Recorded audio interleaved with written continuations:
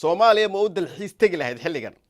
su-aashaasi ayaan caawidi weydiinaynaa maalinta dalxiiska dunida oo maanta ah ayaa loo dabaaldegayaa Soomaaliya sanadkan waxa ay kaga duwaneed sanadadii hore waxaa la soo bandhigay goobo loo dalxiis tagi karayo iyadoo dhawaana ay Soomaaliya xubin ka noqotay ururka dalxiiska dunida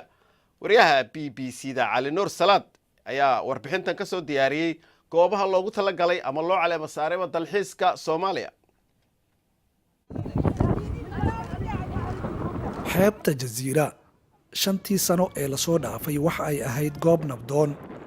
hadda waxa ay ka mid noqotay 7 goobood oo dawladda Soomaaliya ay u qoondeysay in loo soo dalxiis tago koox dhalinyaro ah oo isa soo abaabulay ayaa fasaxooda toddobaadka halkan ku qaadanaya miyaad baladkan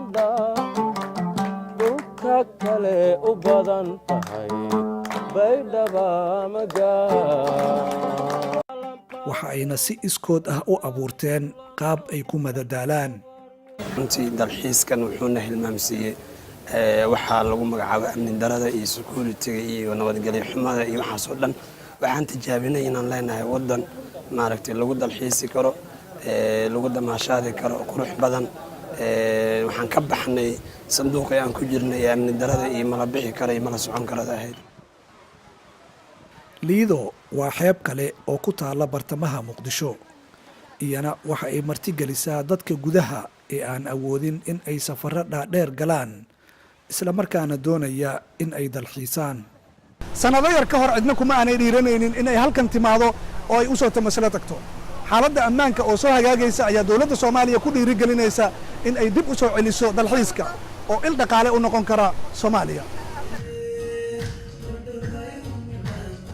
ka sokow madadaalada iyo in loo dabaaldego maalinta dalxiiska adduunka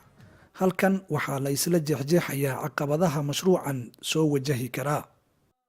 runtii caqabadu waa fara badan yihiin amniga ka mid ah caqabado waxa ka mid ah dalkii oo weli muxuu ahaa diyaarsaneen laakiin caqabadahaas oo dhan waxaan uga bixi karnaa oo runtii haddaba saaciday